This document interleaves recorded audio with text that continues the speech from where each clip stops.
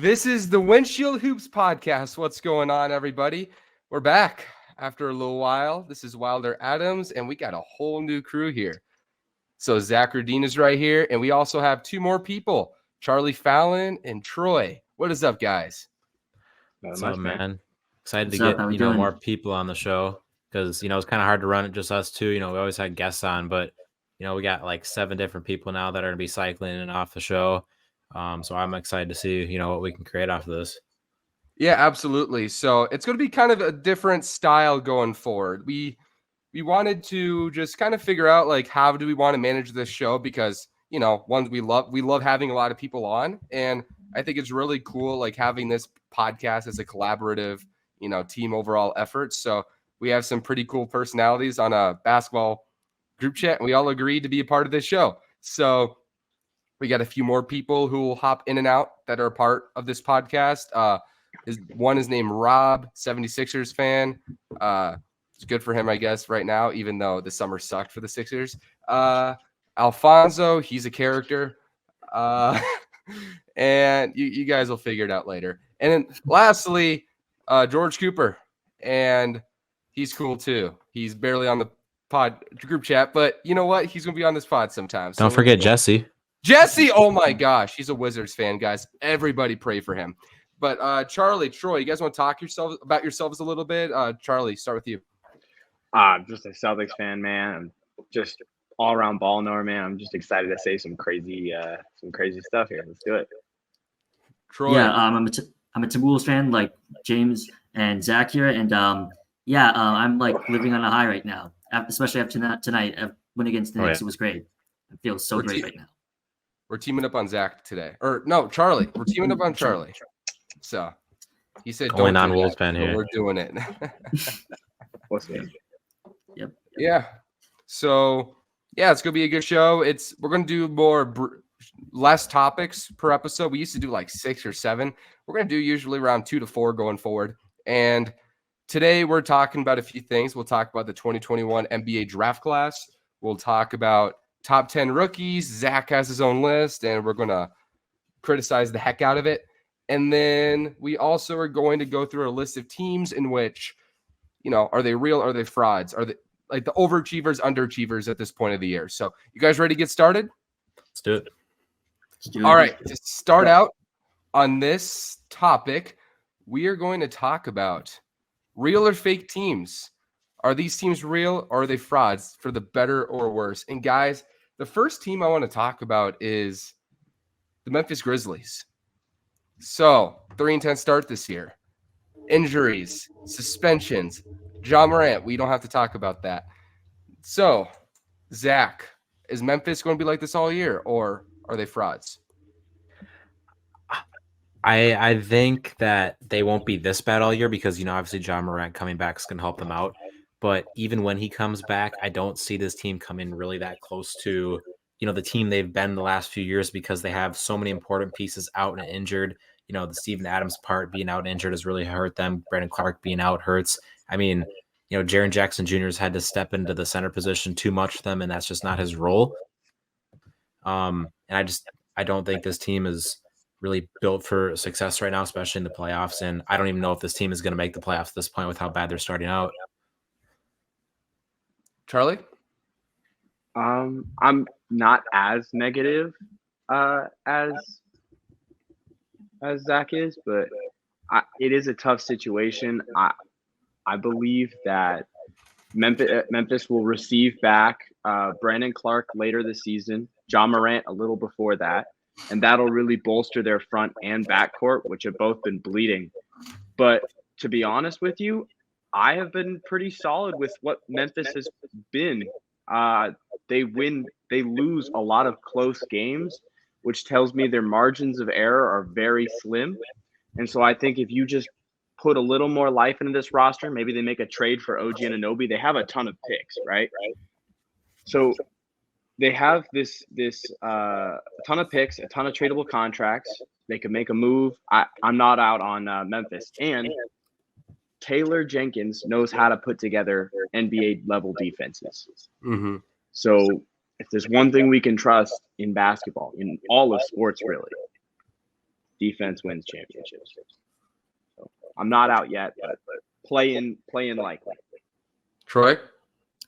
Yeah, I do think that they will make the playoffs eventually. It's again like the hole is just a little too deep to start the year for my liking. I didn't expect them to begin 0-6. I thought they would go off to a slow start with the Adams injury, and then with Morant being out for a long time. But like they're just not like showing.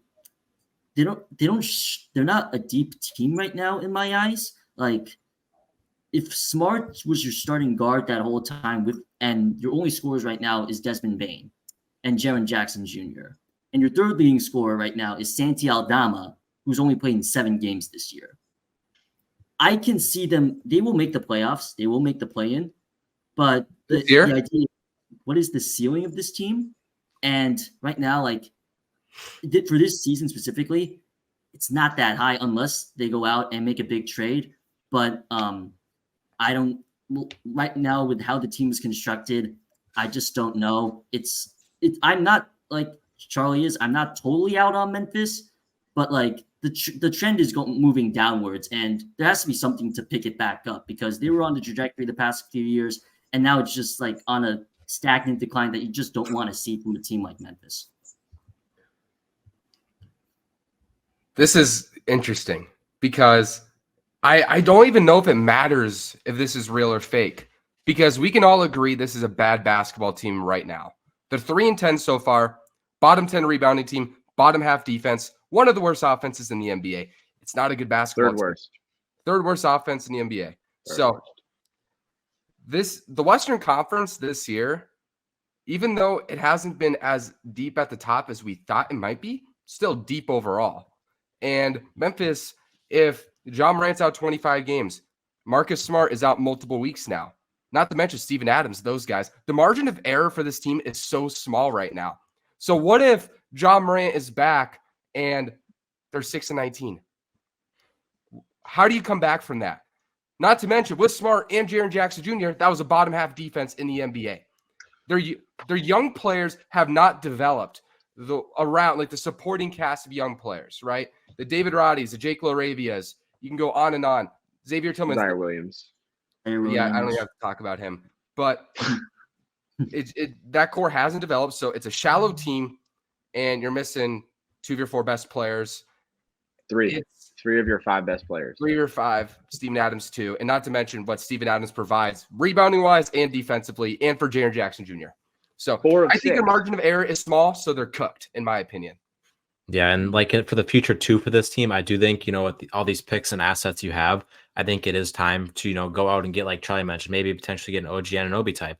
I think now? That could really, not right now, but like Not at some point within the year or in the future. Sure. Because like even with this, when they're healthy and, when Ja's playing, I still think they need to improve their ceiling a little bit if they want to win a title. Because I don't really believe in a lot of the young core players that, haven't been developing as much in this past year. I know we don't want to talk about Memphis for much longer, but I have one kind of question to leave y'all off on. Is a Memphis tank out of the question? They say this season's a wash. We'll get a high pick in this draft, get Alexander Sarr, a Ron Holland, I think would be very interesting there. More shooting, right? And then you still have 4 to 5 first-round picks and Luke Kennard's contract and Steven Adams' contract, which you could move.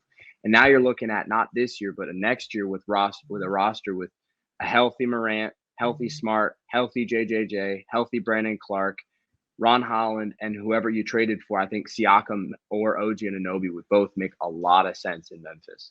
What if they fulfill the 2020 Warriors prophecy? You guys remember they decided that year's a wash timeline, and they said, you know what, like let's just take a step back. It's considered a weaker draft, but let's take a step back, try to get the best asset available, and then move forward. It doesn't make any sense to trade for an OG right now. What are you playing for at that point? You're playing out of yourself out of draft position. He's going to be available in free agency soon, right? There's no reason for that. Take this year off, accept your fate, because once you start 6-19, you're not coming back in the West. You just won't. 95% chance you're out of the playoffs, right? That's just big odds to play with. Yeah. So, I mean, could this position Memphis land a superstar this summer? like think They about could it. land him a really All good pick. All those picks, plus what if they get one of three top picks? I understand this isn't the 2023 draft, but I really like Isaiah Collier. Alex Sarr fits the archetype of what you want in the modern NBA.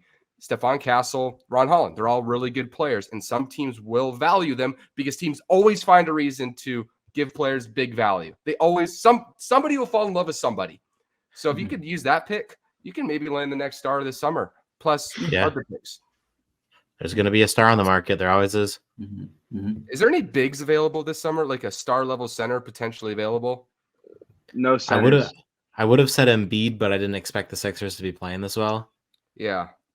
No centers. There is Siakam is a free agent, and he's probably the best free agent outside of guys with player options like Kawhi and Paul George. If I'm trying to keep Siakam, I'm trying to keep the pick too, though, because you're not going to have to give up a lot for Siakam in the summer. I agree. Yeah. So, that'd be the dream. Team? Oh, one more point. Oh my gosh, my light went out. Whoops. 1 second. Boom. Alternative light. Hi. So yeah, is there any before we transition, is there any other star that you guys think might be? There's gonna be somebody. Yeah. We just don't know yet. Yeah, we just really think it's kind of hard to tell. Lakers fans would say Austin Reeves. Let's see. The next team. Okay, let's move to the next team. I want to talk about the Dallas Mavericks on the other spectrum. So they're top 3 seed in the West right now. One of the best offenses in the NBA. One of the worst defenses. One of the easiest schedules in the NBA to add on top of it. Is Dallas a real threat out West, or will they fall to a different mean? Zach. Yeah, I think this is the most confident fraud in my opinion. Easiest schedule in the NBA to this point. The best team they've beaten is the Pelicans without McCollum. It's a really good offense. Like even if we're playing tougher teams, this is still a really great offense. Top 3 offense in basketball. But there's still a horrible defense, bottom 5 in the league. There, that's just that's complete makeup for a first round exit type of team. I mean, this team can make the second round and potentially further because you have Luka Doncic and he can go crazy in a given series. But I definitely don't think this is a top 4 team in the West. And it's a team that I would definitely, look at more closer as a play-in team. And a team that, if I was the opposing team in the first round, I feel pretty solid about beating them because of how bad their defense is. And then we all know, offense is different in the playoffs when the pace slows down. And if your defense is that bad, you're not going to get out of the first round. So I think this team's a fraud. Charlie. I mean, I'm going to fully agree with Zach here. I actually would go even further to say that I don't even think this team I think this team has a lot of really deep issues, and I struggle to see them being in the high play-in seed. I could see them having to play 2 games just to make the playoffs.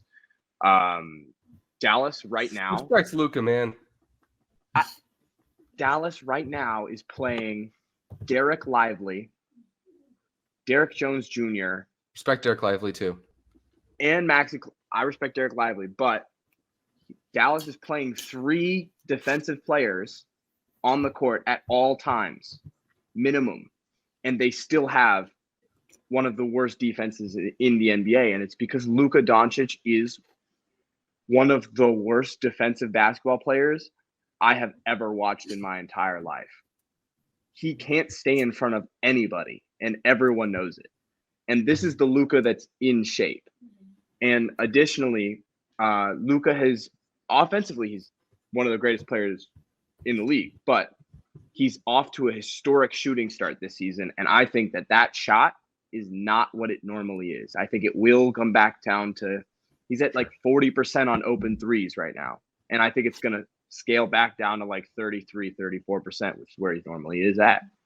So a decline back to the mean, and this defense that just is ugly, even though they're already like trying to put as many defenders out there as possible. And I don't see how Dallas keeps up in the West when I still have some faith in the Clippers, and I still have some faith in a lot of the other teams underneath them. Troy. Yeah, I've been on record to say that I've kind of been out on this Dallas team since about the second half of last year. I really liked the Kyrie trade at the time. See, I thought at their position they were last year at the trade deadline. They were, I think, 4th in the West. And he just added Kyrie to pair with Luka, and I'm like, this is going to be excellent. This is going to be an amazing basketball team to watch. And then they can't even make the play-in at the end of last year. Like, the Kyrie trade just kind of tanked whatever kind of defensive value they had on that team last year with Dorian Finney-Smith. Like, just any sort of value and depth they had last year, that's all gone. And like Charlie said, when you're playing 3 defensive guys on the floor, where else is your scoring coming from with Luka or Kyrie? Like, your next highest scorer is Tim Hardaway Jr. He's at 18 points per game right now. Yeah, just saying. Yeah, but I'm not trusting him as like a 3rd guy in the playoffs. And like you have Grant Williams as your 4th leading scorer. Like, that's not going to keep up. Jaden Hardy and Josh Green are your backup guards. Like, come on, man. Like, this Dallas team is just never going to have a serious, like, they have an elite player in Luka, and they have a mostly elite player in Kyrie. They're going to become they're like the Cowboys right now, honestly, in the NFL. Like, so in a sense, like they can be super uber talented when they want to be, but you just know that like you're not going to be able to trust them in the postseason. Like everyone says the Cowboys are the best team in football right now. Some of them say that they're the best team in football right now. Like, sure. And then they lose to the Arizona Cardinals and Josh Dobbs in week 3. So, like, everybody loses Josh Dobbs. Come on now. Yeah. I don't trust, like how the Cowboys, I never trust the Mavericks. I think, like, even with how Luka plays at an offensive level, and he's one of the most fun players to watch. He's one of the best players in the league. He's top 5 player in the league. They're never going to win with him because they don't know how to build a cohesive nucleus around him, a stable offensive nucleus with good defenders, any sort of depth. It's not going to ever come with Luka on this team. I don't think it ever will. That's my take. Troy had a very good lengthy monologue there, and I'll tell you why you guys are all wrong. Because, well, half wrong. Do I think that the 3rd best team in the West? No. Do I think this is a playoff team? I do. Look, I said they were a playoff team. I'm with you guys. Yeah, that's true. Zach, he's sort of right too. You two? Wait. I said play in. Hey, I gave you guys a monologue. Let me talk now, okay? I'm the captain now. Okay. So, Dallas, they've had the easiest schedule in the league. I get that. You look at the shooting split numbers, Tim Hardaway, Grant Williams, Luka, Kyrie, all shooting nuts from 3. I get that. That offense is down to regress to the mean. But what does that mean when you have Luka Doncic and Kyrie Irving as your backcourt? What is it? The mean is like 6, maybe 7 on offense? They have good floor spacing. Tim Hardaway's still a good shooter. Grant Williams still a good shooter. I think Jaden Hardy's going to get better. Josh Green's a good shooter. They have a really dynamic offense that's going to be one of the best in the NBA, led by one of the 3 or 4 best players in the NBA last year. And we are seeing this team later in games. Their late game execution is better. Their chemistry looks better. This squad, Derek Lively looks way better than I thought he would right away. His rim protection, while it isn't like elite as a rookie rim protector almost never is, besides people like Chet Holmgren and Victor Wembanyama, it's still way ahead of what I thought it was going to be. And their big man rotation is slightly improved. This squad is going to be one of the most consistently dominant offenses in the NBA. And when you go toe for toe late in game, Luka Doncic can go in front of anybody late in the game. So I think Dallas is still a playoff team. I don't think they'll maintain a top 3 seed, but can they be in the 5 to 7 range? Sure. I think that would make a lot of sense.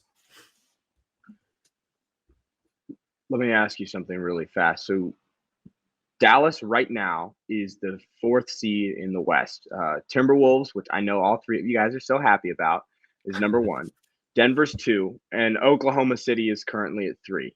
The teams behind Dallas are the Kings at 5, the Lakers at 6, the Rockets at 7, and the Suns at 8. I think all 4 of the teams I just listed are on the upswing, and I don't trust. Are the Clippers on the upswing? I didn't say the Clippers. I said the Kings, Lakers, Rockets, and Suns. I talked about them earlier as a team that I still like, but I'm saying specifically standing wise. the Suns and Lakers are both on the upswing, and the Kings, ever since getting De'Aaron Fox back from injury, look amazing. You guys They just know lost I by put like 40 just now. Did they really? Yeah, to the Pelicans. Honestly, I didn't know about that, but De'Aaron Fox this year has been on a heater. He's averaging 33 points a game, and Not anymore. He had a stinker. They've been without Fox for like half of the year too, by the way. Mm-hmm. That's why they lost a lot. Yeah. I think Sacramento, LA, and the Suns will all be better than Dallas by the end of the year. Sacramento, I agree I'm with 50-50 on. those teams. Sacramento, I'm 50-50 on. That's for a sure. similar range team. I think Fox will regress to the mean a little bit. I think Sabonis will regress to the mean a little bit. I think Keegan Murray is going to continue to swing up a little bit. There are some trends of Sacramento that if they're healthy, they should be in that conversation. I'm here for that. I still think Dallas at its peak has more firepower with the best player. I think that the Lakers are interesting because I don't believe Austin Reeves can be the third best player. LeBron and AD, I mean, LeBron's 40, AD's physically 40. Oh man. The fake Torian Prince hype. Cam Reddish starting. What are we talking about here? D'Angelo Russell's on the roster. Cam Reddish has been good. Huh? Cam Reddish has been good this year. Give me a break. Give me a break. No, Cam man. Reddish or Derrick Jones Jr. though. Short-term aura, bro. It ain't lasting. Cam Reddish. Cam Reddish, give me a break, dude. It's not lasting. And plus, it's like 7 points a game on 41% shooting. Okay, if that's good for his standards, man, come on. I would probably say the Mavericks are like that 7-8. That's where I put in the 7-8 range by the end of the year. 5 to 7. I'd be kind of surprised if they were top 5. I think they'll be ahead of the Clippers. I think they'll be ahead of the Lakers. I think the Suns jump ahead. I think Sacramento will be close-ish. Am I missing Cam Reddish is shooting 41% from 3 right now. It ain't lasting. That ain't lasting. Better than Derrick Jones Jr. Just saying. I'd rather have him. I'd rather have Cam Reddish. But it's just me. I don't know. I'm not a Dallas guy. I don't trust Luka Doncic as a defender, and I think their lineups are either too offensively or defensively slanted. I'm with that. So the best offensive lineups, Dallas. Yeah, but Sacramento leans into the offense a lot more than Dallas ever does. So, a lot of lineups with Dallas, they have 3 only defensive players and 2 offensive players on the court. Versus Sacramento will just say, fuck defense. We don't care about it. We'll just play only offense. Profanity. This is a family show, sir. He's cut. Let's get him off. All right. Anyway, next team. You got another team for us, James? One more thing. Can I say one more thing? Yeah, Sure. sorry. I think Derek Lively and Grant Williams are becoming two-way players. So they do have a couple guys who are kind of plugging in that you can put in both spots. So I don't think it's as completely bipolar as a team like Sacramento's. Yeah, fair enough. I just want to say that. Sure. Okay. Next team, guys. Which one do you guys want to talk about?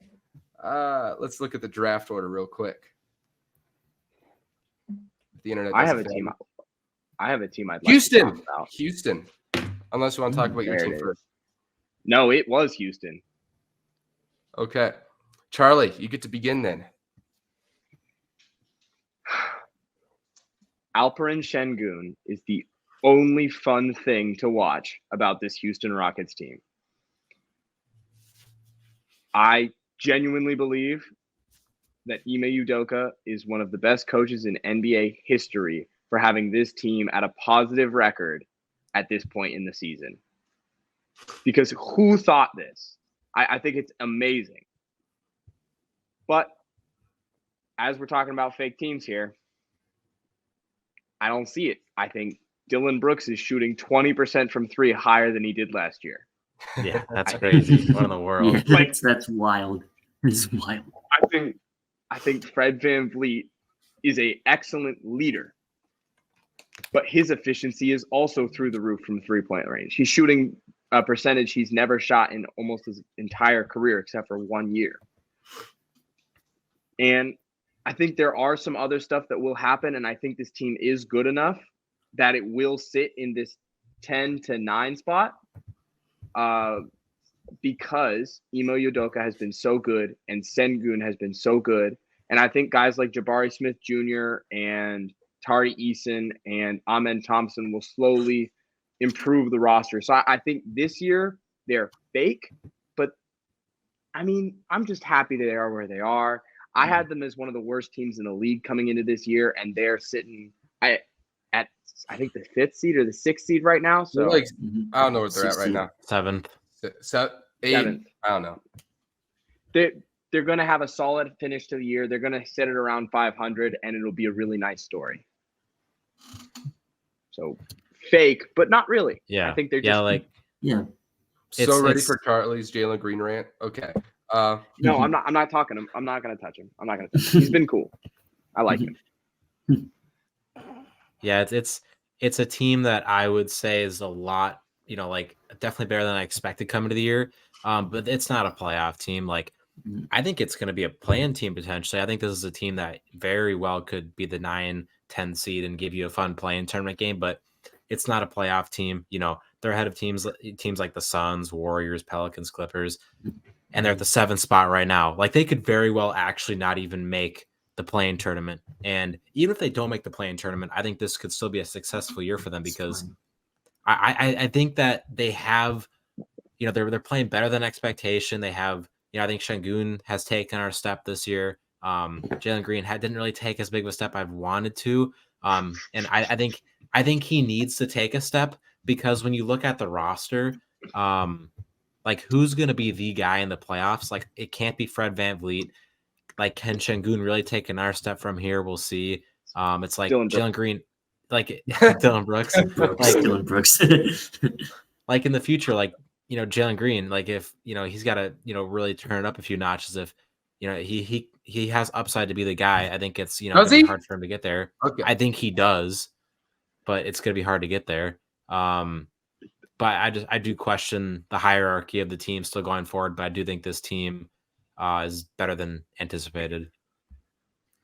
Troy, he has something brewing in his mind, man. I just see it in his eyes. It's like it's all building up. It's going to all just like yeah. Well, I mean, like, I think all of us here were pretty high on Houston's like young core in some way. I mean, like, we all talked about how good Cam Whitmore pick was, and he hasn't even played. And I think Amen's been hurt like the whole year. Yeah, and I think once Whitmore is done cooking in the G League or whatever, he'll be a part of this rotation. And with this Houston team, like, they'll fall off a map at some point. It'll be kind of a tough regression, but like for a team that's punching above their weight right now, it's nice signs to see. And they haven't been a fun basketball team in 4 or 5 years ever since Harden left. Like, they haven't been as fun as they've been. Like, that was 4 or 5 years. If you call Harden ball fun, then Troy, you're completely right. I mean, like as like a competitive team. They haven't been fun since Hakeem, bro. There you go. No, they had Yao Ming for those years. Yeah, Yao Ming was on more fun than Hakeem, actually. Yao Ming haven't been more fun since Yao Ming. When Dwight was on the team too. I thought when Dwight was not fun on that team. Bro, Dwight was just like fighting everybody. He wanted to be the guy everywhere, but nobody would give it to him. That was the last time Dwight was good, and then he. 09? No, 2011. He was good in the bubble, guys. Come on. Well, he was a good role player in the bubble. He was good. That's true. He was very. He wasn't Dwight Howard. That boy was different.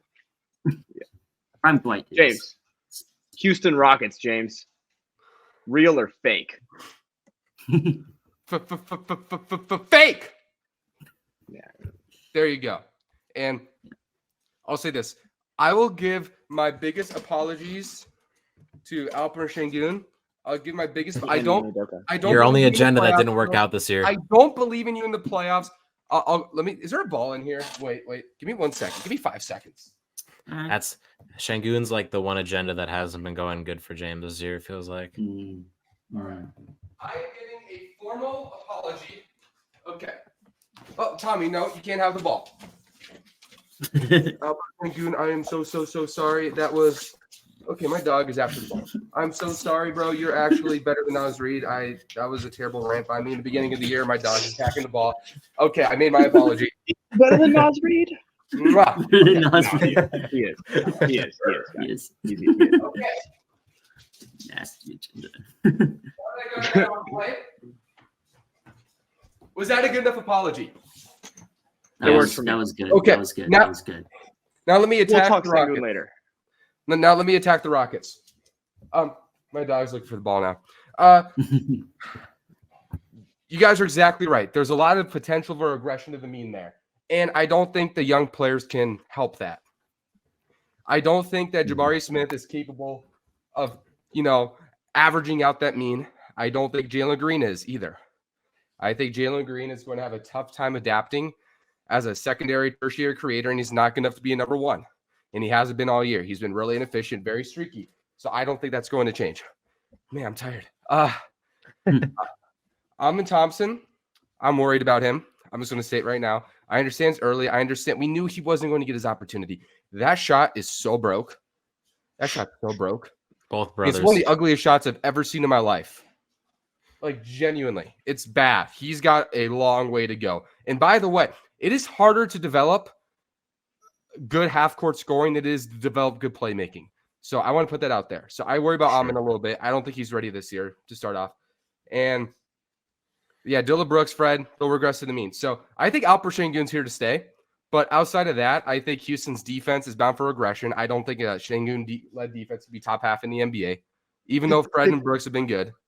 The defense, actually, I'm kind of comfortable with holding there. I just think that they're not capable. Right now, they're the number 4 ranked defense.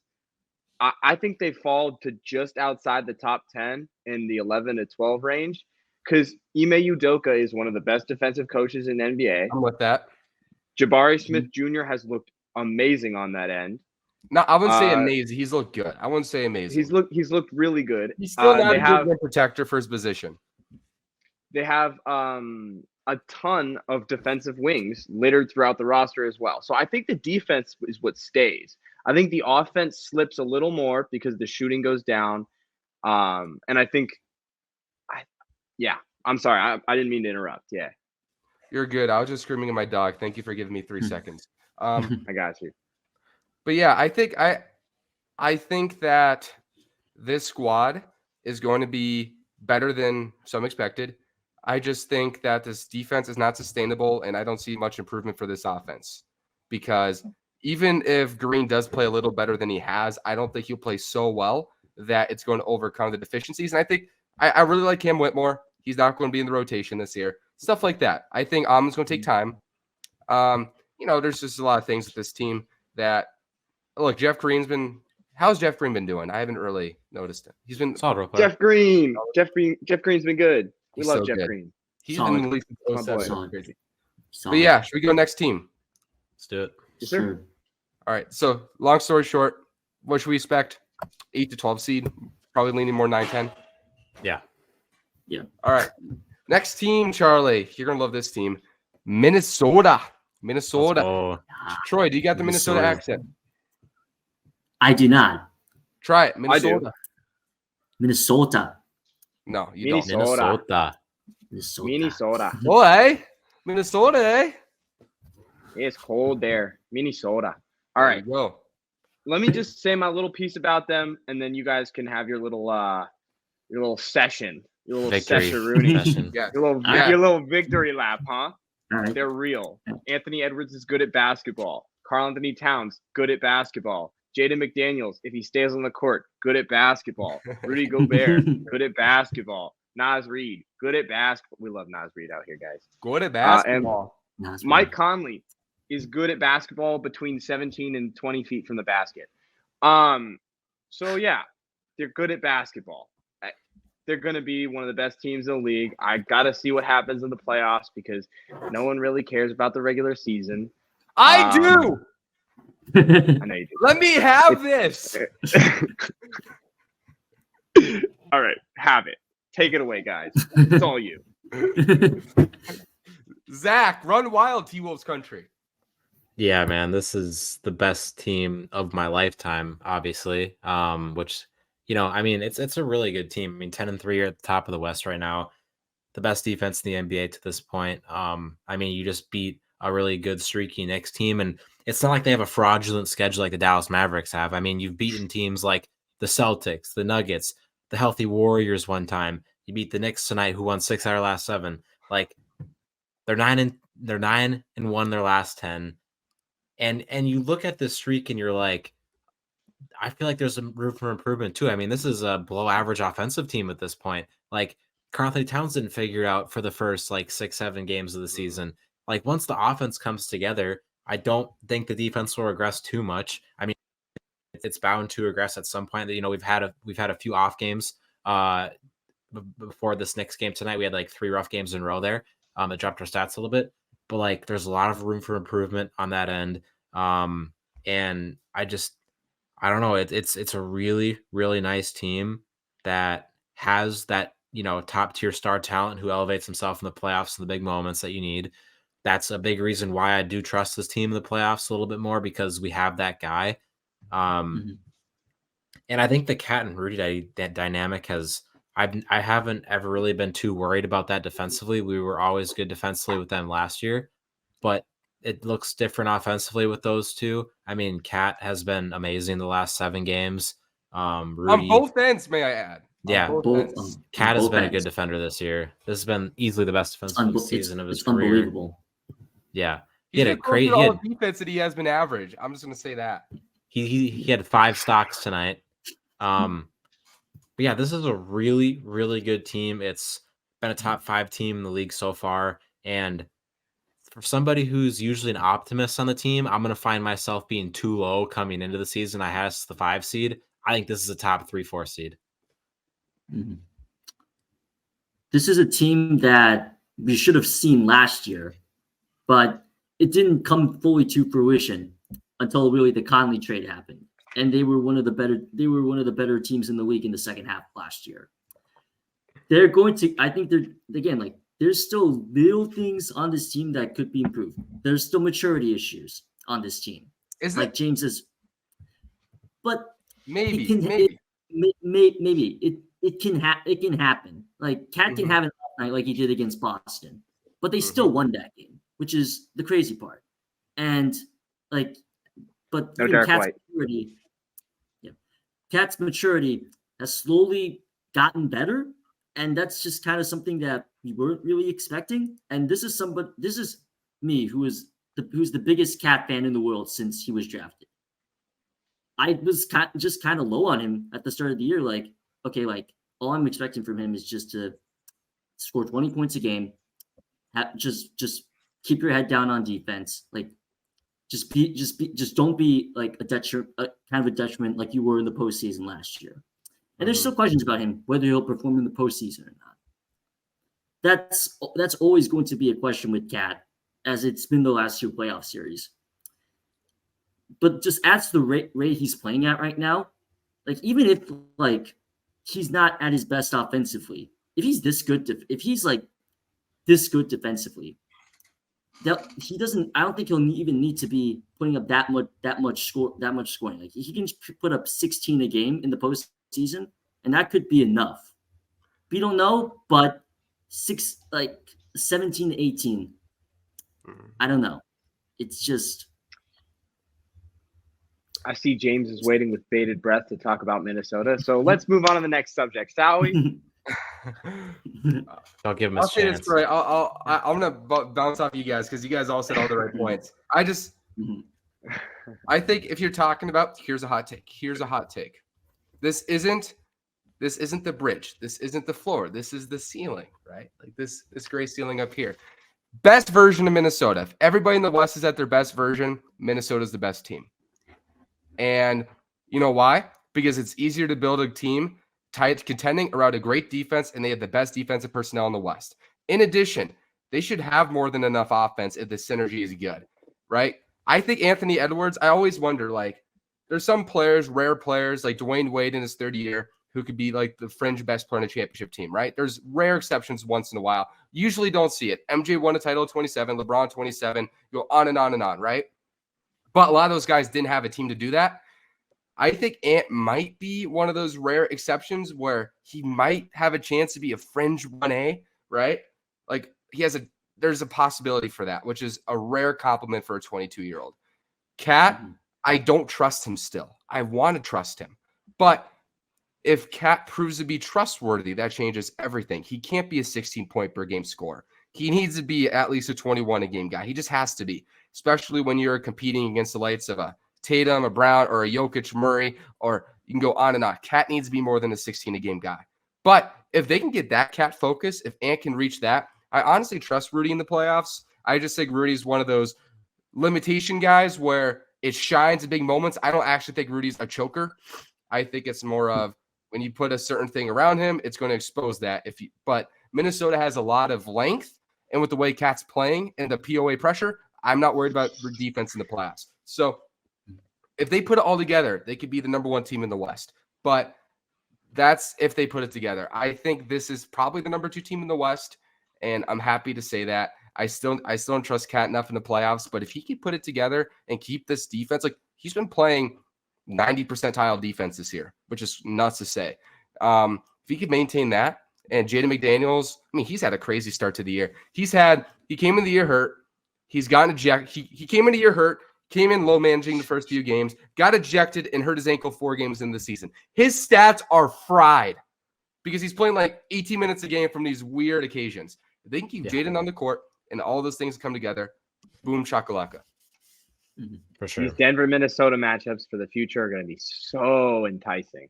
This year, next year, and the year after. Mwah, beautiful basketball. Our roster is really, I think everybody can agree on this. I think we have the best chance of beating that team. And I think everybody in that Denver roster knows that too, that we're their competition kind of in the West. I don't think they're really that worried about teams like the Suns. I think they can beat the Suns, because who in the world is guarding Jokic on that team? I think, you can have guys like Booker and Durant there too, but I actually think, Caldwell Pope's there, Gordon's there. They don't have anybody that can do anything against Jokic. And I think the Timberwolves actually have somebody who can make Jokic play below what he's expected to do. The Drew Eubanks hate is crazy, by the way. If Drew Eubanks is your best option against Jokic, you're done for. I ain't apologizing. He's a jerk, man. He's a dirty jerk. Drew Eubanks' agendas are crazy. Hey, guys. Oh my God. Alfonso's trying to get in. We'll see Alfonso on the next show. Probably. Next episode. Too. Next episode, definitely next episode. Next episode. All right. We doing any more standings? He's gonna come on the show and be like, "What's up, babes?" And so just ruin the vibe. I feel like we covered so much editing. I feel like we covered the real or not pretty well. One more team. We got 4. You want to do 5? One more team. Let's speed run it. Let's speed run it. Okay. You guys get to pick the last team. All right. Here are the options: Thunder, Golden State, Oklahoma City. Which one of those 2? Thunder. OKC, baby.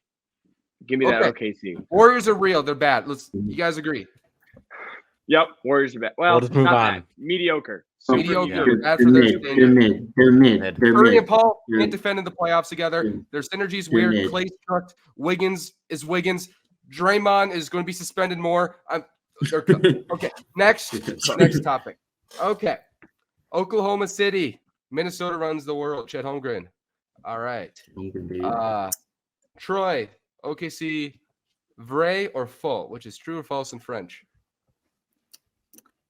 They're very much. But this isn't even the best. This won't even be the best Oklahoma City team in a long time. They're going eventually. I think they will solidify themselves as the 3rd or 4th best team. They'll be right behind Minnesota and Denver in the standings for a long time. And the way Chet's been playing, and Charlie has said this, and I agree with him, is that he's honestly been playing better than Wemby at points this year.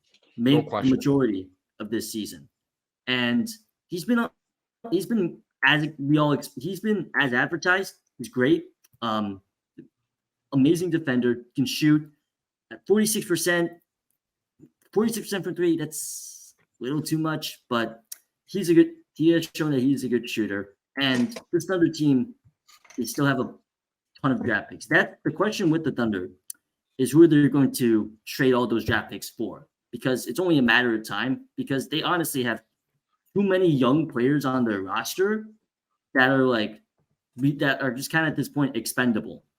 It's very obviously like guys like Williams, Deng, specifically Jalen Williams, the bad one. Which one? Arkansas. Or Kansas. The Arkansas one, yeah. Trey Mann and like Ousmane Deng, like these young guys, they're kind of expendable at this point because they already, and even at this point, Josh Giddey, because Giddey hasn't been, I don't know, he's been the weakest part of that starting five, and you know that there is an upgrade waiting to happen at the position Giddey plays. This team is like crying out for a Siakam or Anunoby trade to happen at some point. You guys are obsessed with the Raptors. It's like it's not even like that. Like or Jakob Poeltl. They could go out and get like a legit. I don't know who it would be, but like they would need to get like a second star next to Shai to complement him and Chet. That's the big question that they're going to have to answer pretty soon, because like no way they're just gonna hoard. Presti's gonna hoard all these picks like he's done. Like there's a trade waiting to happen. It's the most obvious trade in the league. We just don't know where it's going to go with all those picks. I'm gonna go real quick. They're real, and they're going to be the 4th seed, and they're going to be worse than, or not the 4th seed, the 3rd seed, and they're going to be worse than Denver and Minnesota this year, and they're going to be better than everyone else in the West. Chet's better than Wemby. I said it. I will keep saying it. The efficiency and the defense, because he doesn't foul all the time and doesn't gamble a lot. I love Chet Holmgren. Shai Gilgeous-Alexander is wonderful. Josh Giddey is a wizard with the ball in his hands. Josh Giddey is their point guard, and I will stand on that hill. I love Josh Giddey so much. And the Jalen Williams Wallace is their point guard. Casey Wallace is really good too, actually. So they're both point guards. Play them both. Lou Dort, get your butt on the bench. Except don't, because you're also one. Yeah, he's one of the best defenders. So that's that. But I wanted to say this about Oklahoma City, and this is the cool part. Oklahoma City will have the best team in NBA history in 3 years. They have so many draft picks. They could literally they have 15 first-round picks in the next 6 years. They have Shai Gilgeous-Alexander, who is an MVP caliber player this year. They have Chet Holmgren, who will be an all-defensive guy this year. He'll be like one of the last couple of guys, and he's going to be first-team all-rookie. Him and Mitchell Robinson will be close. That's close. And they have J-Dub, who I think is a 20-point-per-game tertiary awesome scorer. So the question is who you bringing them around him, and I'm with Troy here. It's anyone's guess. Who knows who asks out in the next 5 years? It could be Jason Tatum, which pains me to say. Giannis Antetokounmpo could ask out. Paolo Banchero could ask out. I don't know. Why Paolo? I don't know. Orlando's nice. Because Orlando's incompetent. That's why. They got defense. They got frauds. They got someone's gonna ask. Nobody. Someone's gonna ask out. Don't hate on my tertiary team, dude. The Thunder are gonna throw so many first-round picks into it, and they're gonna get 2 or 3 stars alongside Shai and Chet Holmgren. And they're gonna have the greatest team of all time. And they're gonna go 80-2 and win like 5 championships in a row. So let's not worry about this year. Winning 80 games, bro. Come on now. All right. Let's not worry about this year. They're real. But all right. Next. All right, year. Zach. Yeah, Charlie is getting a little too giddy. So let's move on. Yeah, I am.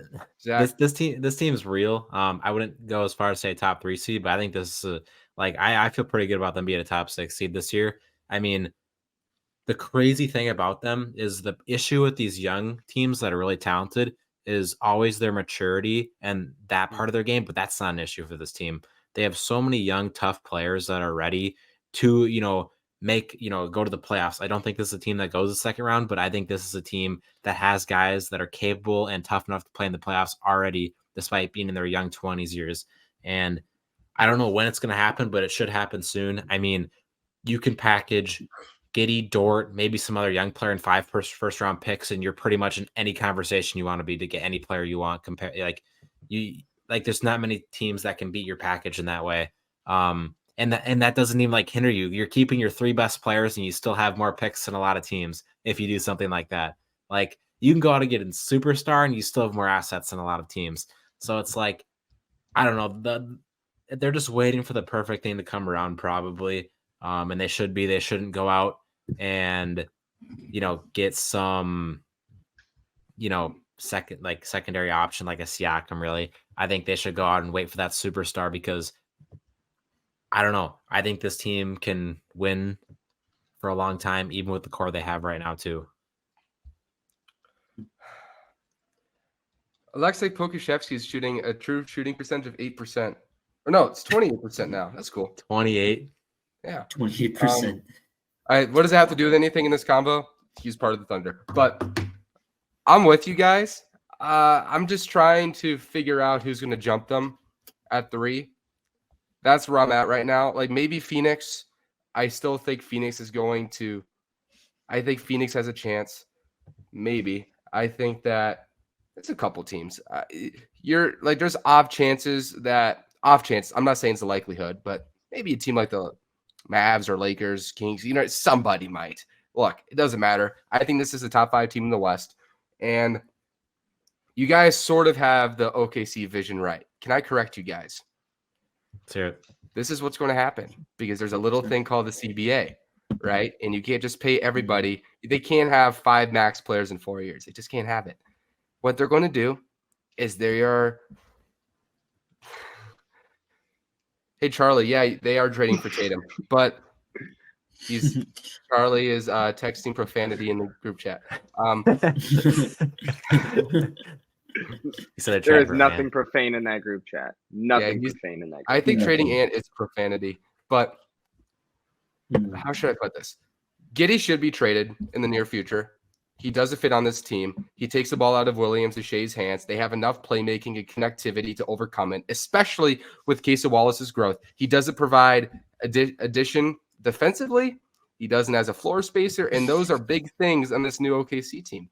So what they are going to do is they are going to add Shea and a couple, or not Shea, Giddey and a couple picks. They're going to get a star. And then with all those hoarded draft picks you guys are talking about, they're going to keep trading back and collecting future draft picks for when those guys start making money. They'll have more than enough money to add depth around them. That's what's going to happen. They're not just going to shove all their picks at one guy. It's not going to happen. Giddey's going to be the odd man out. A couple of those picks will be dealt. Everything else will be traded back. They'll have enough assets to build a real roster when Chet, Shea, and J-Dub are on max contracts. That's what's going to happen. That's fair. So there's the answer in OKC. They are real.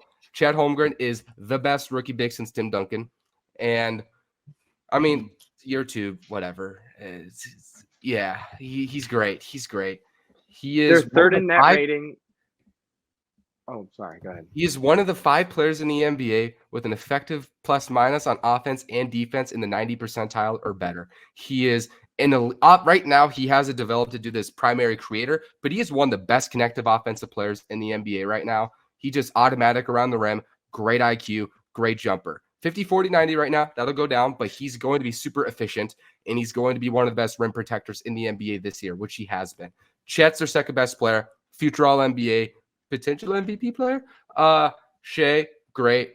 J-Dub, great. Casey Wallace, I love. I think he's the future point guard. And then he's got to add size around them, and they just have to add.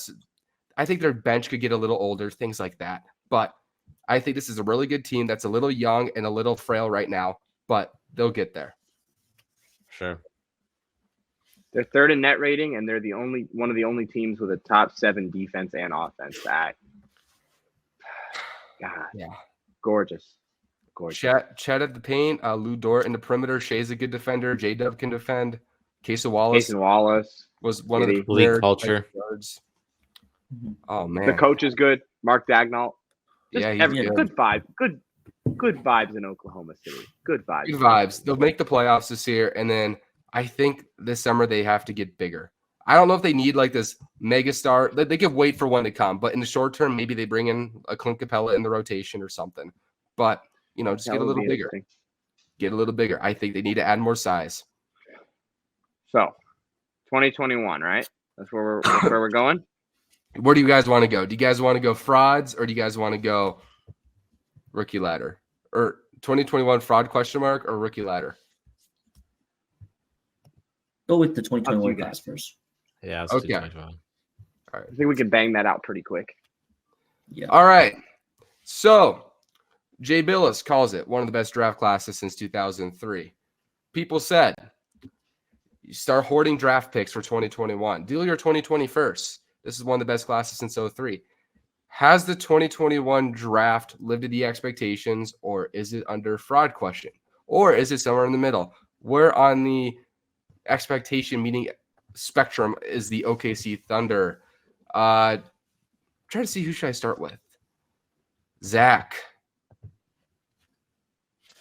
Yeah, it's definitely not where it needs to be, the draft class. I mean, it's not close to where the projections were laid out. I mean, there's just not really a player that's really separated themselves. There's a bunch of guys like in the same tier right now, it feels like.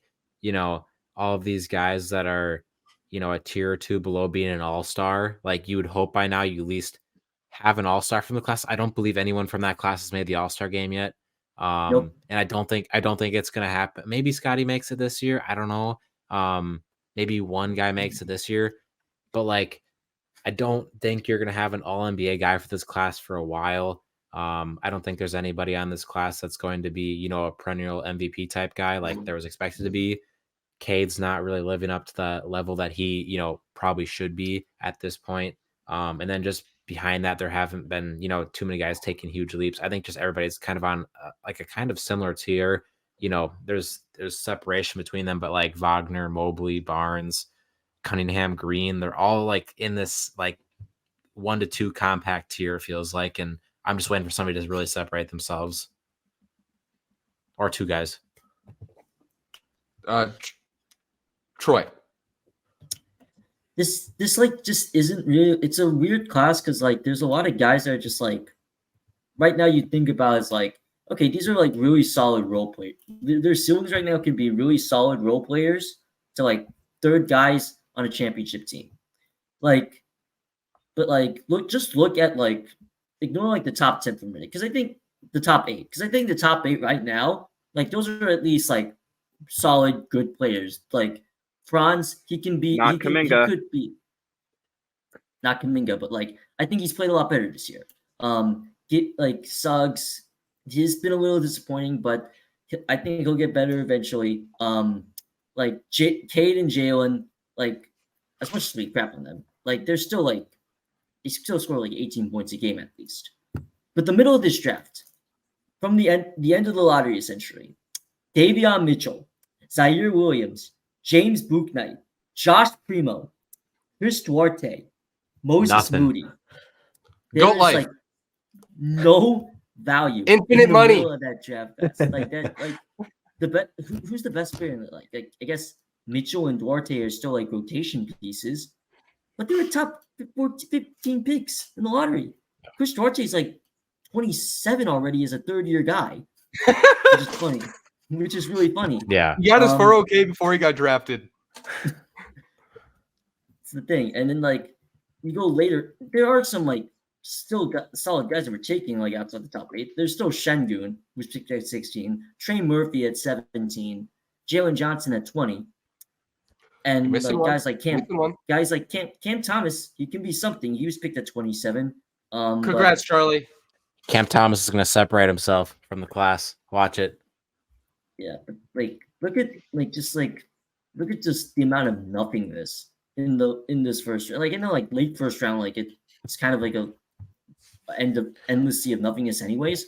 But like even here, like just like nothing like moves you. Like nothing like Kai Jones is already out of the league and he was the 19th overall pick. They got a lot of players out of the league. but he chose to leave Charlotte. He requested a trade. Yeah, okay. That's true. So he could be winning MVP. He's just holding the, he wants the league to, have some competition. He's the greatest player of all time. I mean, we've heard him. Yeah. Said it himself. I was a Kai Jones guy. I'm hurt. He took a picture with me. He's a nice guy. Very nice family. His grandma is so nice. They're such a nice family when I met him. Yeah, but like, and these are, and as a college basketball enjoyer, there's a lot of like college basketball guys in this draft as well that like I was kind of high on, and that they just kind of have done nothing. Like they're really fun players to watch. Like in the NCAA tournament, like a guy like Jason Preston, like where'd he go? Like Desumu, like he's mid. Like he like Don't this is disrespect just Luka Garza like this. I'm not gonna disrespect Luka. He's in the D League. Dude, I think Garza's an NBA player. I'll die on that hill. He's an NBA player. There's not a role for him. There's no space for him. Minnesota's not the right team for him, bro, and I'm heartbroken. Somebody's got to give him a chance. He'll be the best scorer on the Detroit Pistons right now. I genuinely mean that. I'm not kidding when I say Detroit that. Pistons. He'll be the best scorer on the Pistons. He was on the Pistons his rookie year. I mean, 5 points a game, but because the Pistons need bigs. Draft politics. That's what I'm telling you. They have James Wiseman, Zach. What are you talking about? He's better than Wiseman. And Bagley. They got so many busts on that team. And Bagley. Every time Luka Garza comes on the court, bro, he scores like 2 points a minute. It's crazy. And then he goes into the G League. He's a good offensive big. Like he can actually score the basketball. He's just really bad defensively. He was really good. He was really good in college. He was definitely like a draftable player. Like I just didn't expect him to be like. You know who else was really good in college? Drew Timme, but he's not in the NBA. He's way better than Drew Timme though. Yeah, he clears. Dude, I want Garza to proceed so badly. He is one of those. He's one of those guys you could just tell he works his behind off, man. Like people are always calling him like, big in college, but now he looks like some like, fashion model. Like he's gone down to like 6% body fat, man. He just he's completely transformed. Dude, I want Garza to make it because he's got the talent, man. Offensively, you just got to figure out the defense. We'll get there. Yeah. All right, Charlie. Yeah, he'll find a. All right, you want to like end this topic and talk about Luka Garza, or should we just continue this? Wait, he's in the 2021 class. Talk about him. Yeah, he is. Sadly, I will not be talking about Luka Garza. I just wanted to mention one guy that went actually a couple of guys that went unnamed by Troy when he was referring to the let's call them the gems of this draft, because while the beginning of this draft started out pretty solid and then it got really awful, it got a little better. And I want to look on the bright side because yes, this draft is pretty but there are guys like he mentioned, Alperen Şengün, Trey Murphy, Trey Mann. I think another guy to add to this list is Quentin Grimes. Grimes has been great for New York. Yep. He's been a starter for them, outplaying RJ Barrett for a majority of last season. Not this season, guys. Not this season, but last season. And another guy that I'm going to throw a little love to is Jaden Springer. He's been really cool for the Philadelphia 76ers off the bench. This is his first time getting real NBA minutes, and he's actually doing something with them. Another guy drafted late in this draft is a guy we mentioned earlier today. He's Santi Aldama of the Memphis Grizzlies. He's been fantastic this year. I think he's kind of stuck behind Jaren Jackson Jr. as the two of them do a lot of the same things on a court. But Aldama's been really cool, and I actually would like to see him somewhere else. And then in the second round, there's a couple of other guys. Jeremiah Robinson Earl has looked really cool for the New Orleans Pelicans. I'd like to see him get some more minutes. I know he's not like great, but like I'm trying to be, hopeful here. Herbert Jones went 35th overall, and the Pelicans somehow made like two of the best draft picks of their entire like history of drafting in that same class. One of the most mediocre drafts in history. Herbert Chris Jones, the best draft pick ever, but yeah, but Herbert Jones has been really cool. He's a starter, and a really dang good one too. And then the last guy that I want to give just a little mention to is the 55th pick. Does anyone know who it is? Can you guess without looking at the draft? It's not Luka. He's 51, which upset me. 55th. What team? 55th pick. Oklahoma City Thunder, actually. Isaiah Joe? He's a bench guy. No, Joe was Joe was the Sixers. Aaron Wiggins is the guy. Aaron Wiggins is a basketball player that is worth putting on the floor off the bench for most NBA teams. He looks really cool. And I think I don't think the Thunder are going to have money for him when his contract gets up. I think this year or next year. And when that contract does get up, I think he's going to go somewhere, and you're going to see this man playing sixth-man minutes and doing what he does best, getting to the basket, shooting mid-range, shooting from three. He's a 3-level scorer. I like him. I like him a lot. I just wanted to be a little positive because, yeah, it's rough. Okay. This draft is weird. Can I put it like that first? It is the furthest from what was said in that draft. I'm going to put that number one. It's really interesting that you haven't mentioned any of the top 2 picks. You guys, I mean, here's the thing. It's not a fraud. It's not a fraud draft class. I consider fraud like good to bad. It's not a bad draft. In some ways, it's a solid draft. Like, I think it has similarities to like the 2016 NBA draft where you just have like a lot of like all-star caliber talents kind of like all over the board. You know, it's not very consistent. You just find like an all-star every like 6 picks. You know what I mean? There's a little bit of that, but I'll say this. The top has been one of the most disappointing I could ever remember. Cade Cunningham pre-draft was considered, if he wasn't an Anthony Davis caliber prospect, he was the next thing. Like, that's the type of prospect we were talking about. Jalen Green. Some people said he was the best shooting guard prospect in a decade. I think I wrote an article about that one time.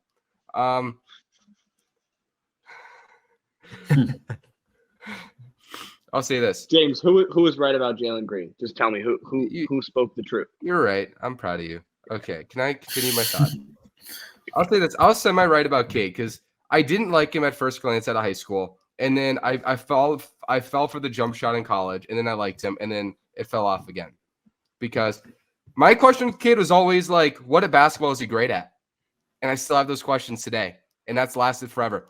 Not an elite athlete, not a great finisher, solid, not great mid-range shooter, not a great three-point shooter, not good touch at all, actually. Solid playmaker, very nonchalant playmaker, not an elite defender, lacks the quickness to guard guards. So Cade just screams complimentary star to me if everything goes right. He's a complimentary player to me. And relative to the expectations, that's disappointing. And Karl Anthony Towns level, kind of. No, cat clears, dude. Not right now, obviously, but like future-wise. No. Cade gives me Rondo vibes. Cade gives me Rondo vibes. No. Just a guy that can't really do anything but pass, but he's Cade's so good at passing. I like the playmaking a little more than you do. I think there's a lot of stuff wrong with Detroit, and I'm not going to put all the blame on. But Yeah. I do want to say this. Yeah. I do want to say this. Yeah. I think Cade, if it goes well, he's sort of bigger-ish Mike Conley-ish, if that makes sense. I don't think he's a main guy. I think he has good intangibles. I think he's a good team defender long-term. I think Cade is an efficient scorer if he's playing next to like a Zion or a Giannis. That's why I keep bringing the Chris Middleton comp. I think he's a solid complementary scorer. When there isn't tier 1 pressure on him, he's good. People want to make the spacing excuse. I get it. I get that. It's bad there. But I'll tell you this. Usually transcendent talents, even Karl Anthony Towns overcame awful spacing and still was efficient. So usually elite talents are able to somewhat overcome awful circumstances. Secondary ones kind of stay afloat with the circumstance. I think Cade is a secondary talent, which is disappointing. It's cool. I think Cade he isn't a bust. He's going to be solid. I think he's a complimentary guy. Jalen Green, he's giving me a lot of Jerry Stackhouse is an old comp. Like, that's like high end for him. You know, think sort of like D'Lo in 2015. Not direct like player comp, but just vibe comp. You would think he'd be playing like more efficient basketball too right now at this point. Yeah. Really? Zach LaVine, before he not. got talented. Zach LaVine if Free you never talent. figured out finishing. Yeah, I don't Zach trust- LaVine pre-talent.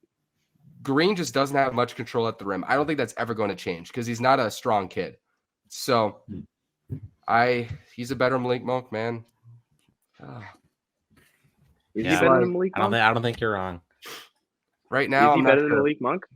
I I'm don't not sure think right he now. is. I think like Malik the Monk's a better redrafted- player than him. I thought his space creation was pretty crazy. I just thought his finishing would figure it out. I don't trust the finishing. Just a bright side, y'all. One more time. I'm Evan gonna bring Mobley's the bright good. spot soon. Oh, okay, good. Go ahead. Evan Mobley, I'm not worried about. I think Evan Mobley is a franchise player, one of the top 2 players on a really good team long term. I think that's real. Mhm. I think Scotty Barnes is going to be an all NBA player. So Scotty's him. Scotty's freaking him. He's going to be one of the best transition players, one of the best transition playmakers. His half-court game's getting better. His defense great. Suggs, good defender. You guys went through all of it. Franz Wagner, I like. Good. And then you go top to bottom. I think Trey Murphy has complimentary start potential. Alper Şengün should be an all-star right now with the way he's playing. So you look top to bottom in this draft. Really good depth. Cam Thomas looks like a star. Redrafts are going to look really interesting in this draft. Mhm. It's going to be a lot of scrambling. I think Yeah. the star power in this draft is maybe above average. It just isn't from the spots that we expected it. So I'll say this. It isn't a fraud draft. It is a confusing draft that lived up to about 70% of the hype, I think, going forward. Rookie ladder. Okay, now let's to close out the show. Let's criticize Zach. All right, so I'm gonna go 10-1. This is how I see it a month in, rookie ladder, a month into the NBA season. Number 10, we got Bilal Coulibaly. I mean, he's scoring really efficiently for a guy. 1 or 10? 10. Okay. He's scoring. Jesse, when did you get here? Jesse's a Wizards fan, everybody. You'll see him soon. Yeah. He's scoring the basketball really efficiently for a guy who came in being labeled as a super, super raw prospect. Like, if there was a player to be scoring really efficiently, he'd be one of the last players I would expected. And, you know, he's also had some nice defensive moments. He's averaging almost 2 stocks a game. You know, he's a really long, lengthy defender, and he's had some good games for that team. At 9, we got Keontae George. Not a very efficient scorer this year, but he's been the best passer in the class thus far. He's averaging, you know, not just 5.5 assists per game, but he's just, the game looks slow for him when he's passing already, and he's just been really smooth in that area. And I think he's really separated himself from the rest of the pack in just that aspect of the game. Marcus Sasser, I got at 8, 2 20-point games off the bench. He's scoring the ball really efficiently for a team that is absolutely horrible at shooting the basketball, not only, but just really bad at basketball in the Pistons. They have nobody on that team that can space the floor. I mean, 3 of their guys that are in the starting lineup. Their Three fans of are the, so good. Like, they low-key have one of the better fan bases in the NBA. like, because I'm going to talk about Asar Thompson later too, but they got 3 dudes in that starting lineup who you just let shoot whenever. Like, if they shoot a 3-pointer, that's a good thing. At number 7, we have Cason Wallace, just a winning player at this point. I mean, he's been a good defender. He's shooting it really effectively. His role hasn't been as big as the guys I have above him. That's why I have him at 7. But, I mean, he's just playing winning basketball for a really good team at this point. At 6, I have Jordan Hawkins. He's really stepped into a role that he wasn't expected to, and one that I didn't think he could fill at this point. He's shooting the ball well. The Pelicans need him to step up, and he has. At 5, we've got Derek Lively, who has been the full-time starter at center for the Mavericks. He's protected the paint well for a rookie. You know, he's shooting 71%. I mean, everything's close to the basket, but that's still impressive. At number 4, we have Brandon Miller. He's scoring, you know, a semi-efficient 14 a game on 55% true shooting is pretty solid for a rookie. Defense hasn't been atrocious, I guess. It hasn't been as good as I would hope for, but I mean, he's a rookie. He's been fine on defense. Yeah. He's been like their best wing defender somehow. He's averaging like 2 assists per game, but I'm a big fan of a lot of the passing flashes I've seen from him. I think that's been fun. Used to enjoy it. Asar Thompson comes in at number 3. He's been a top 3 rookie defender this year. I mean, rough efficiency in the half court. He is really bad there, but he's been the best rebounding player in the class. I mean, he's actually been a really good defender. And how many players on that Pistons team can you actually say have been a good defender this year? I think he's maybe been the best defender on that team. Like, he's protecting the rim. He's guarding the perimeter. He's a stock machine. He's just, he's produced. I think he can be a winning player even this year if he was on a better team. It's just, you know, I think, he sucks. He can't he can't make a 3 to save his life. You just said he sucks and you had him 3rd. No, he sucks like shooting the ball. Okay, there it is. Like, offensively, yeah, he's not great there when it comes to half court scoring, but I think it would be better if he was on a team where he could actually cut to the basket freely, and he wouldn't have 3 defenders collapsing him all the time because you have Killian Hayes and freaking like all these crappy shooters around you on the court. And number 2, I have Victor Wembanyama. Efficiency hasn't been great, but the flashes are there, is how I would say it. I do think some of that efficiency has to fall on the really crappy spacing he's playing around, and Sohan's not a point guard. I don't know why Popovich think he is. So nasty. It's so nasty. He's disgusting. He's not It's a point guard. unsatisfying. It looks so unnatural. It's hilarious. Like, yeah, you gotta put Trey Jones out there, man. You guys are not good this year at basketball. Just get Wembanyama the reps he thinks he deserves. I think if the spacing was a little bit better, I still feel like he's my rookie of the year pick because I think there's a legit gap between him and every other rookie defensively, even though Chet's been awesome. Wembanyama, yeah, there's a gap. He's legitimately top 5 defensive player of the year right now. No, nobody. he's not. Yes, No, he he's is. not. Dude, nobody wants 29th in defensive rating. How can you be top 5 in defensive player of the year?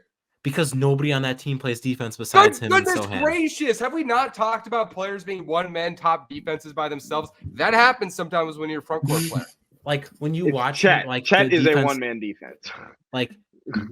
Nobody wants to take shots at him in the paint. He's Dude, you should be one of the best disqualified if you defensive are field goal players in the league. He's had 8 block game the other night. Nobody wants to even touch the paint when he's I'm not there. saying Victor's not great, but they're scoring everywhere else.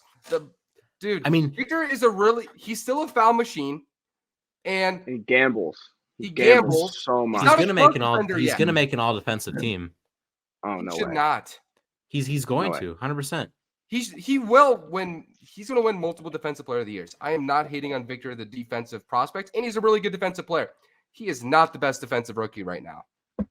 I think he definitely is. I don't think it's that close. Chet is so much smarter on defense than Victor is. I don't think he has. Serge's a better defender than Victor is too. No. But then I got Chet. I got Chet at 1. Yeah, he's been a good defender, but the play, just the offensive ability for him and just how efficient he's been has been outstanding. I mean, he's shooting almost 50% from 3, and it's not like he's stat padding. He's playing such efficient basketball, and he's doing it for one of the better teams in the NBA so far. A top 6-7 team in the Thunder so far, a top 3 team in the West. I think he could I think if I thought Victor was easily going to win Rookie of the Year at the start of the year, but I think it's Chet's moving into that favorite position. And he's going to regress efficiency wise, but the defense will stay where it's at, and the Thunder probably won't regress too much. And I do think I don't really consider I think it does mean something to be a rookie playing for a good team and playing efficient basketball for a good team. But I don't think if you're a playoff team for a rookie, it should really boost your value in the Rookie of the Year conversation. But I do think it's super impressive how efficient he's playing while playing for a team that's 10-4. So that's the top 10. I think it's going to be a fun race. I really like a lot of the guys here. And I think we'll probably see some guys move back in if, guys get healthy. I want to see what Amen Thompson can do and Scoot Henderson when they get back, because I think they can make it in here. Charlie, get him. I have 2 people. First of all, I think your list is nice. The list is great. It's a great list. It's a good. It's a really good list. Really good list. I want to go back to the defense, but you're missing 2 people that I think should be at least considered. Yeah, I considered other people. Yeah, he was considered. Jaime Jaquez. I just decided Bilal. Presents. That's what I was. Yeah, I'd like to. He hasn't had enough volume yet.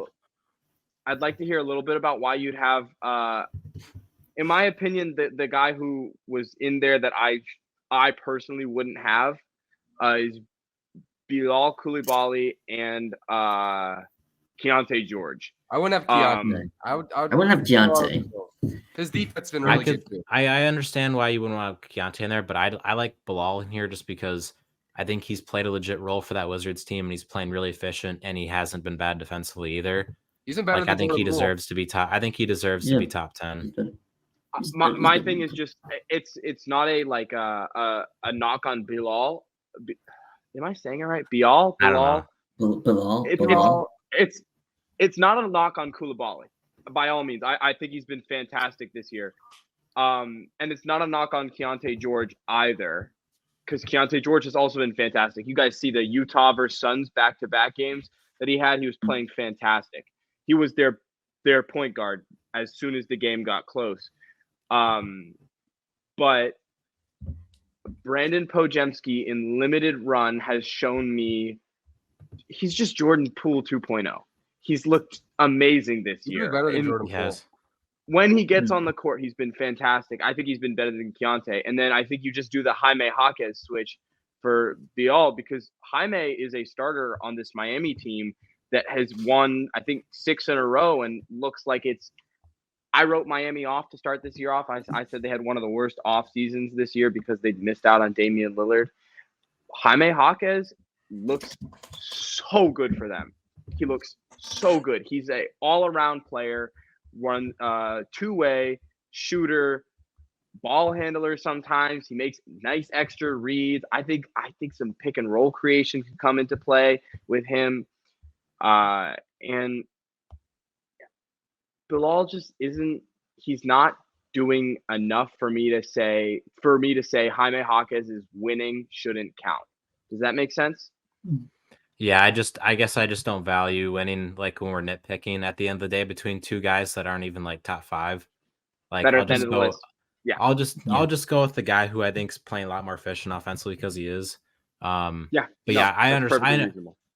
I was considering having him there, and I think, looking back, I probably could, move Keontae George down, because looking at the numbers for him, it's like shooting like 33% from the field. I guess I just valued him being the best playmaker so far in the class. His playmaking's been good. It's been. really exceeded my expectations. I mean, he's just looked like a good pick, even since Summer League, and I think he's going to be a really good pick at 16. Yeah. I think he's, really probably their future guard. Mm-hmm. Troy? George Sex now? We're doing George Sex now? Okay. Calm down, buddy. Yeah. All right. No, Colin Sexton? Never mind. Y'all don't remember. I do agree with the kind of putting. I know Podziemski doesn't have a lot of like usage right now, but like he dropped 23 against the Wolves in that second game, and in that first game, like just randomly, he scored 8 points in a minute. Like he's that was kind crazy. of That was really annoying. Super annoying, and like he's this kind of fun, like scrappy guy. Like he can score, he's rebounded the ball. He's like, and he can pass. Like he's looked like a solid guard for the Warriors right now. He should get a lot more run out. If they play Chris Paul like right now, like Podziemski should be the backup guard. Like he's looked super comfortable with the ball in his hands. Like I don't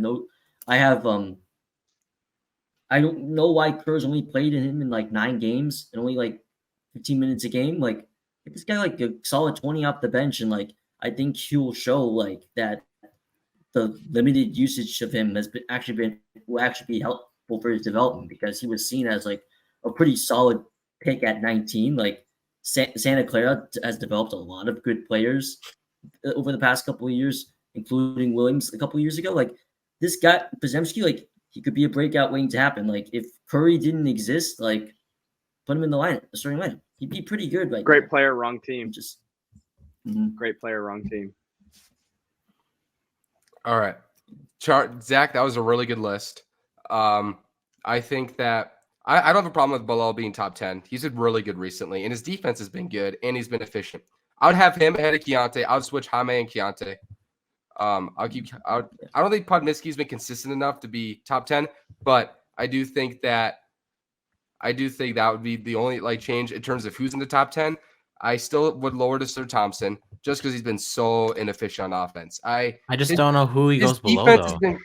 It's so funny. Here's the funny thing, though. We're like, I don't know if you guys have noticed. Like, I like a lot of the individual players in Detroit, but we're blaming the spacing, and all of them are the reason for it for each other because that roster doesn't work.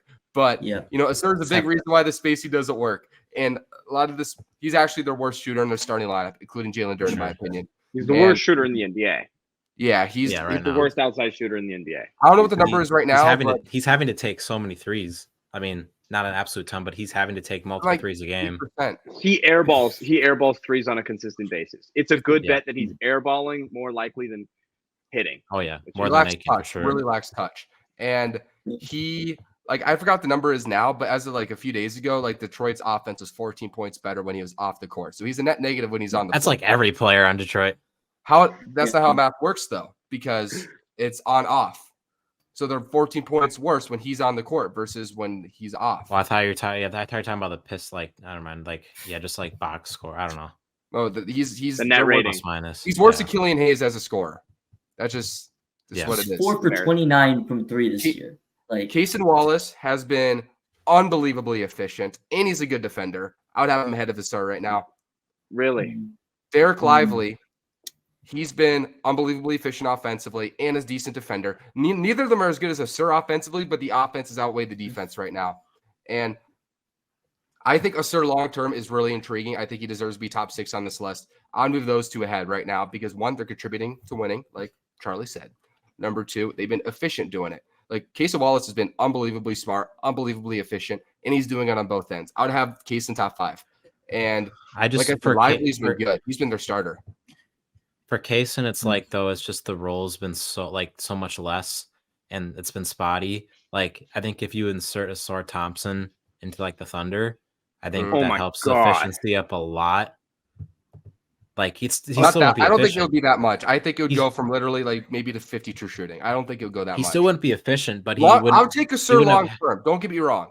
Oh, I'm yeah, just saying 100%. right now his offense is so bad. He had one really good game the other day, but other than that, the offense has been so bad. He's got good connected playmaking stuff, so I do think he would be better offensively in OKC than Detroit. I get that, but I just think that the shooting's been so bad. I can't get over that when it's a really good class.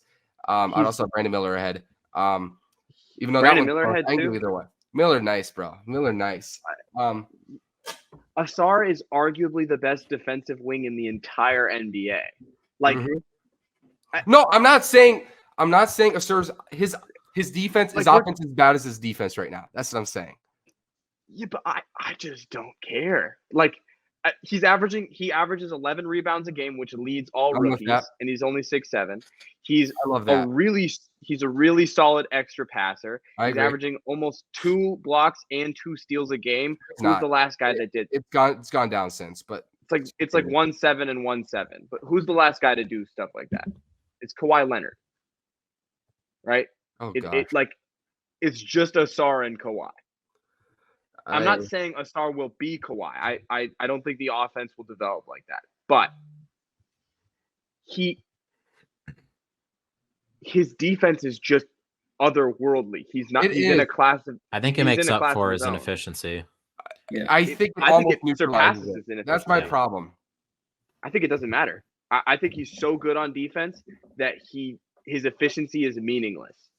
I think he's Okay. that good. There's a medium here. Okay, I still would take Kaysen right now, not long term. Right now, I mean, if I'll you want to put it win ahead games, of Miller sure. for now, even though I don't believe it. sure. And then I still think Lively's close because I think Lively's been a positive defender, and he is like shooting 80% from the field. Like Yeah, Derek Lively's crazy Yeah, efficient. 71%. But that's why. because- That's what I'm telling you. I'm talking about the overall up down. Like Asur has like such amazing outlier skills that when he at least somewhat improves some of those deficiencies, he's going to be freaking awesome. But I'm comparing a really good rookie class to a really good rookie class. You know, Detroit's like, what are they, 2-14 now? Like, I'm saying that I would have him. So is Andre Iguodala. yes, But here's the only thing. absolutely. Here's the only thing. Iguodala But is better. a better clutch shooter than Steph. So when we talk about this comparison, we need to consider that. Mhm. Look, I get the offensive woes, and Kaysen Wallace is that guy. But here's the question: what does Kaysen Wallace get better at that makes him all of a sudden not just like your sixth man or your sometime starter, but an actual championship starting point guard? Versus what is the thing that Asar can just do to make him that switch, that make him flip that switch? And is that harder or easier to develop? Mhm. In my opinion, Cason Wallace, the things he has to do are just get overall better at a bunch of different things by a small incremental amount. On the other hand, I think Asar Thompson is the opposite. I think Asar Thompson just needs to get better at one thing.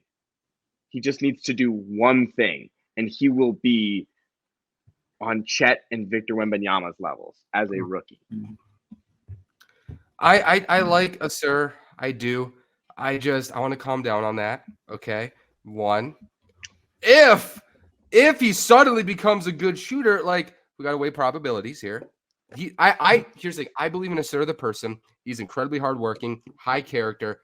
That jumper has such a far way to go. It's one of the most it's MKG like It's bad. Okay, It's so bad. honestly, Terrible. if that shot gets into the 35 to 40 percentile good, that would be an accomplishment. And that wouldn't put him to Chet and Victor level. That would not. He's Ben Wallace. If he became a 43% three-point shooter, then we could have a different combo. But Cason Wallace, I do think, is one of those players that when he gets usage long-term, I think he's not going to be – the 62% shooting isn't sustainable right now. I'm not saying it is, but I do think there's a lot more playmaking there than he's allowed to show in OKC. I do think there's some on-ball rim pressure stuff that he could provide that he doesn't need to right now. I think as a connector, I just think he's one of those Derek White type players. Yeah, Derek White's a nice comparison. That's what I think Cason Wallace is, and I really value players like that. And that's why I would move Josh Giddey in the near future, because I think that's what type of starter you'd be next is Che. And he's going to cost less. What's funny is I think the main split between us, James, is that I'm a big Josh Giddey fan, and I don't see Cason Wallace taking his spot. So I think that's kind of our. It's not about Josh Giddey. It's more about what that team needs. Giddey is not going to ever be a very effective player off the ball, and I think Chet long-term is going to continue developing offensively. You'd rather he have the ball. Same with J-Dub, same with Shea. So then where does Giddey fit in that mix? You know what I mean? Sometimes there's an odd man out. James Harden. That's fair. Back in 2012. Well, that was money. If anybody on that team has a chance to get kicked and have some James Harden trajectory, it is J-Dub. It isn't Giddey. I think it's Giddey. Dub, I think Giddey could do some crazy things. I wanted him on Minnesota so freaking badly. I wanted to trade up for him. I remember, Zach, you remember that? Not really. I was totally spamming his Instagram. Oh, J-Dub. Yeah, I remember that. Yeah, you were like, love the guy. Let me ask you guys some questions really quick before we end the podcast, and it's about some of the other rookies that are in this draft. Cool? Mm-hmm. Yeah, sure. So, how do we feel about Grady Dick's slow start? Is this who Grady Dick is? Just a really bad shooter and kind of unplayable, or do we think Grady Dick's shot will come back and he'll find his footing in the NBA? He'll figure the shot out. But I'd still like the rest of the game's kind of questionable because, what else is he other than that? And he really has to be like an elite, shooter at 6'8". Like he can be a valuable NBA player if he becomes an elite shooter because, of his size and stuff. But he's going to be a really bad defender probably for his whole career. You think so? And then, yes. He's quick, he's explosive. He's got decent length. He's frail. He's never shown being a positive defender ever. Yeah. So it's like. No, but I think there's an okay defender in there somewhere. What about Andre Jackson? Andre Jackson of Milwaukee. How do we feel about him? I like him. I think he's a player. I heard Sam Vecini say this. Start him over Malik Beasley wouldn't be the worst thing in the world because they need somebody to go guard the other team's best perimeter scorer because that's not happening at all. Like Damian Lillard, Malik Beasley. That's an atrocious defensive duo in the backcourt. Like they don't really have anybody that's going out to guard like a Stephen Curry type or like in a playoff series. Like who's guarding Donovan Mitchell or who's guarding like something like Maxey, like top guards in the East. Like I don't think Andre Jackson's an elite defender yet, but like I think he can be a good defender and he's going to do whatever it takes to win games. Like he's not a good shooter offensively. He's rough in the half court, but when you have somebody like Dame, I think that can kind of even it out. And with the Bucks being a bottom 10 defensive team, they might need to make a switch soon. We'll see. Yeah. Another like guy. Beauchamp, they need him to be. Yeah, why more aren't they than playing 17 Beauchamp minute more? guy. What in the world? Beauchamp's really struggled with his shot. He's shooting 51%. No, three-pointer. Ah. Mm-hmm. He doesn't shoot him ever. Can he shoot like 33%? I think that'd be enough too. That's Another guy involved in the Damian Lillard trade sent over from the Phoenix Suns part of things. I know you're talking about. I like him. Toon Manny Kamara. He's average nice second round pick. 25 minutes a game. He's not scoring, not that efficient, but the rebounding and the defense have both looked nice. He's had What do you games. think about him? Like he looks like a rotational piece in the NBA in the future. Like he looks like a is guy he an that NBA can player? be. Yeah. Potentially. And then I'll say it's interesting that Chris Murray pick at age 23. He's not in a rotation on one of the worst teams in the NBA. That's something to look out for. Okay. last two guys I want to bring up real quick. The first, Nick Smith Jr. He's getting spot minutes in Charlotte. Yeah. NBA player. Yeah, I think he's an NBA player. He's had some moments the last couple of games with Charlotte. He's got his space creation when it's on is on. Like he could be one of those, energy, volume scorer and bench players in the NBA. The problem is like Charlotte is already pretty small in the backcourt.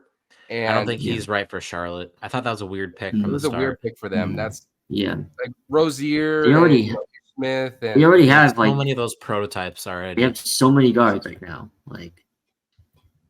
and they're all just like small and kind of gross. Like I like Ish Smith, even though it's like his 19th NBA team.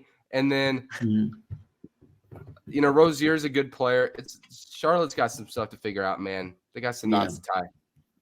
Final player, and then I'm done. Final guy, Trace Jackson Davis of the Golden State Warriors. I just want to comment on him real quick. This is my second favorite big man in this draft. You guys know I'm a Chet guy, but Trace Jackson Davis needs minutes. I am petitioning the Warriors. Bro, I agree with that. I need Dario Saric to stop playing. I can't do it. Put Trace Jackson Davis in the game. He can finish the alley-oop. He's shown some signs of being a shooter. I like him on defense as a switchable, versatile big. He looks like everything Marquise Chris was promised to be. He's really athletic. He's super put him athletic. in the game. He's a Paul Reed type basketball. He's got really good hands too. Yeah, he can score on the post. He's really athletic. He's not like huge, but like he looks like a rotational big in the future. And with that Warriors team as well, if his role can just be screening for Curry and like rolling to the rim and catching lobs and then switching defensively, that's perfect. Yeah, he'd be an athletic Kevon Looney. I need to see it. Leonard Miller would average 14 on the Wolves 3 years ago, but we don't need him this year, which is kind of a great feeling.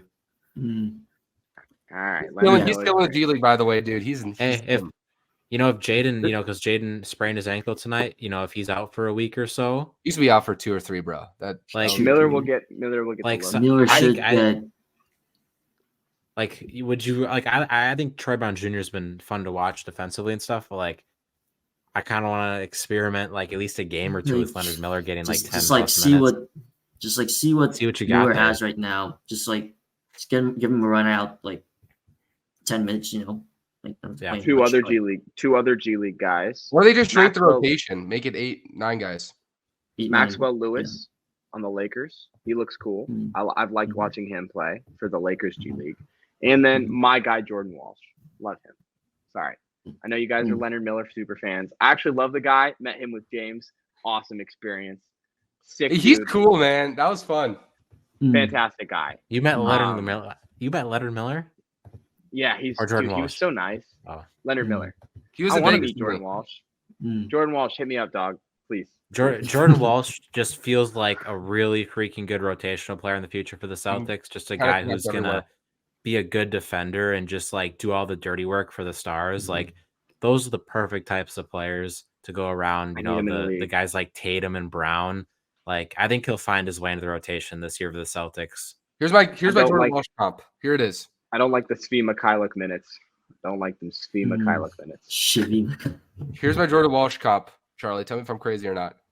He's got some Bruce Brown in him. Yeah, that's my comp for him. He's not an elite shooter. He can play make a little bit on the ball. His defense is elite. His arms are just stretchy. He's got stretchy arms. You know what I'm talking about? Like, those spider monkeys you could fling he's got that kind of arms. Like, his body is so short that it makes his arms look even longer than they are. He's like 6'5", 6'6" with a 7'4" wingspan or whatever it is. It's nuts. Put him in the game, please, Boston. We could have used him guarding LaMelo Ball because Peyton Pritchard could not stop him. Yeah, he's cool. He's cool. Yeah. I like him. Lots of G League guys. I've been watching some G League. Yeah, you're getting cool. into. You're It's really a fun getting draft into the trenches, dude. That's for sure. Yes, sir. And we should go to a G League game again in the future. Oh yeah, y'all want to meet in Las Vegas, Troy? Oh, when the Wolves and the Vikings are in town. Oh yeah. Oh yeah. I saw that ticket package on the Wolves app. They're selling those tickets. When is that? In season tournament. That's like When is that like final?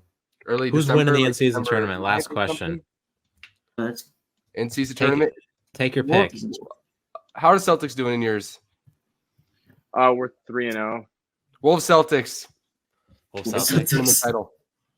I'm Finals hoping preview too. It's gonna be great. I'm hoping it's a really random in-season tournament where it's Yeah. Chicago, and Don't give Chicago hope. They need to freaking trade people. They need to no, fine, not Chicago. Orlando Magic versus the Houston Rockets. That would be fun. Orlando, Houston. That's my pick. Sure. And because it's single elimination, so I want to go after the in-season tournament. Just have a banner somewhere.